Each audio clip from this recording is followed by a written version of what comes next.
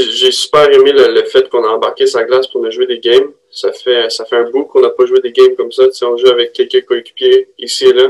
Tu sais, on avait des petites choses qu'on peut améliorer, que je peux rapporter chez nous, que je peux travailler.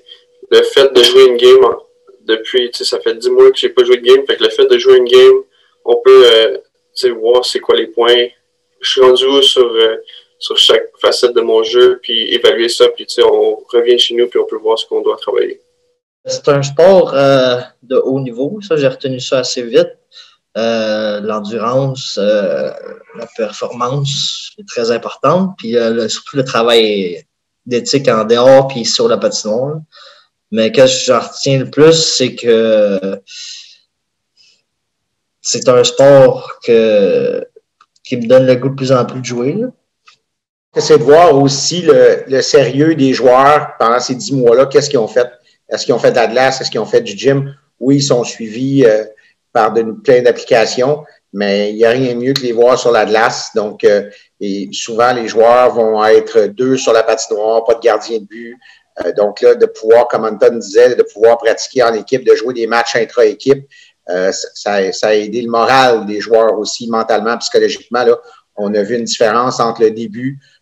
Oui, on était confinés pendant 2 jours et demi dans nos chambres, mais lorsqu'on a pu sortir, de pouvoir être tous ensemble à l'aréna, de travailler ensemble, ben c'est là l'importance de garder les athlètes de haut niveau dans un minding de compétition et d'objectif.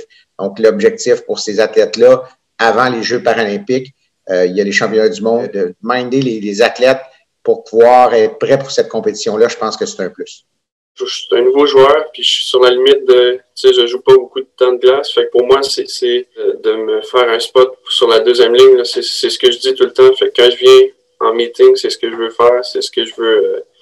Je veux avoir plus de temps de glace, puis c'est ça mon but. Fait que je veux prouver aux entraîneurs, tu sais, à notre entraîneur-chef que, tu sais, moi, je suis bon pour cette ligne-là, puis tu peux me faire jouer avec plus de temps de glace. C'est ça mon but.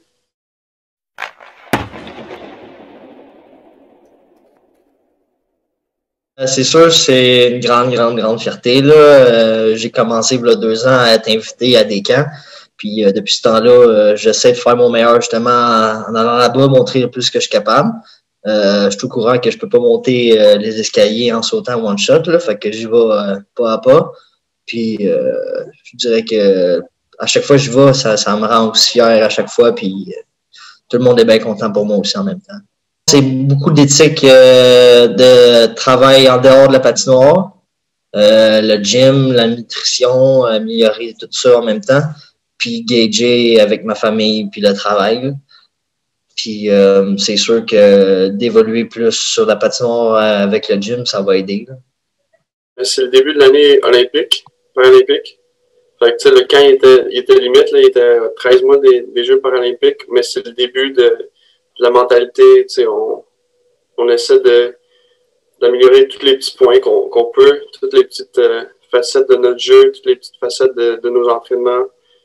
Fait qu'on commence aussi les nouvelles affaires avec l'équipe, avec le team building, puis on essaie d'ajouter parce que, tu sais, c'est le dernier sprint pour l'année olympique. Ça faisait 10 mois que les joueurs ne s'étaient pas réunis ensemble. Donc, un premier camp en 10 mois suite au début de la pandémie, c'est ce qui est très bien. C'est pas l'ensemble des joueurs qui étaient présents, mais on avait quand même tout le futur, si on veut, de Hockey Canada au niveau du programme par hockey qui était présent. Donc, les jeunes qui risquent de rester après les prochains Jeux paralympiques. Donc, c'est ce qui est intéressant pour construire tout ça.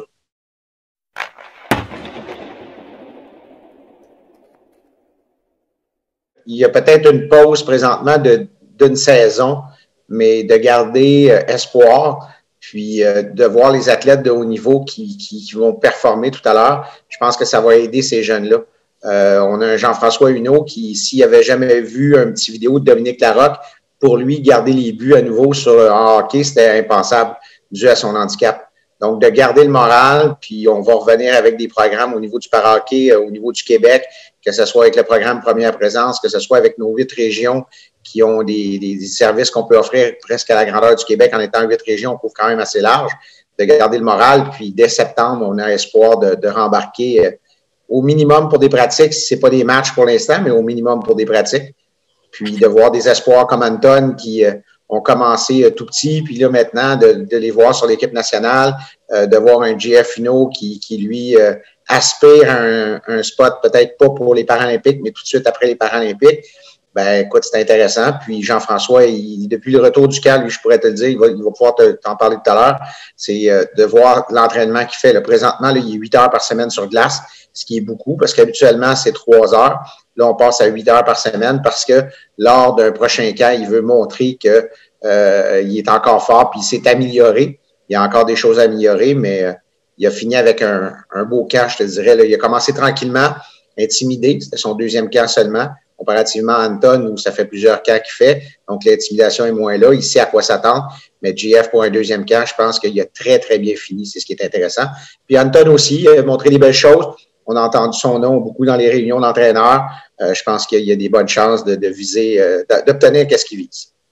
C'est sûr, c'est jamais abandonné. Là. Comme quand j'ai commencé, je pensais jamais atteindre ça. C'était très difficile de faire un nouveau sport que personne connaît, premièrement, puis de s'habituer à jouer à ça. Je dirais que c'est sûr, la première chose, c'est jamais abandonner.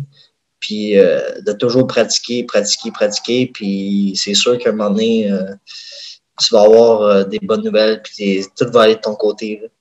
Tu sais, c'est de réaliser que même si on n'a pas beaucoup de temps de glace, tu sais, pour nous, là, avec l'équipe, ça arrive souvent qu'on n'a pas de temps de glace durant le COVID à cause de toutes les, tout ce qui se passe dans le monde en ce moment. Ça arrive qu'on n'a pas de temps de glace, ça arrive qu'on peut pas aller au gym. Fait que moi, j'ai des setups chez nous, tu sais, je suis en appart à Montréal, fait que j'ai pas super beaucoup de ressources.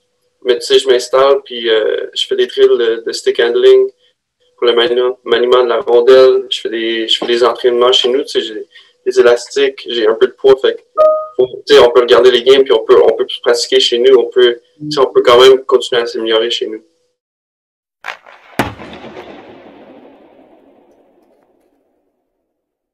Le break a fait en sorte que on a eu un enfant, fait que je veux dire que ça a passé assez vite, le fait de la grossesse et tout ça. C'est sûr que j'ai jamais laissé tomber mon sport, là. J'ai toujours regardé des vidéos pour m'aider, puis j'ai jamais voulu décrocher de ça. Puis c'est sûr que le fait de m'entraîner, que ce soit, mettons, jouer au hockey avec n'importe qui, que ce soit mes neveux, mon père ou mes amis, c'est sûr que j'ai jamais lâché ça. Puis que ce soit juste de sortir dehors pour pelleter ou des petites affaires comme ça, c'est tout le temps des entraînements qui aident. Là. Mais on a eu aussi la chance d'avoir quelques patinoires.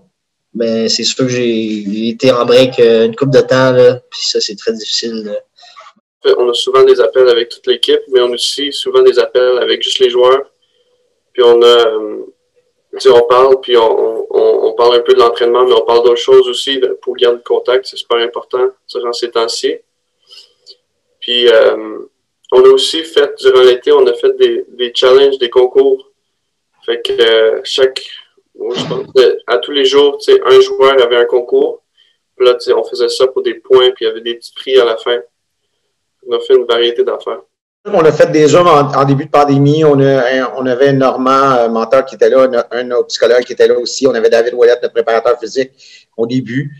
Présentement, là, les jeunes ont retourné à l'école, mais on garde contact avec eux, que ce soit par des Zooms, que ce soit par des courriels, de l'information, tant aux parents pour garder ces jeunes-là motivés, ou au niveau du développement, là, de dire qu'est-ce qui s'en vient, de parler aux régions aussi. On s'est parlé au milieu de la pandémie, puis c'est ce qu'on veut continuer à faire là.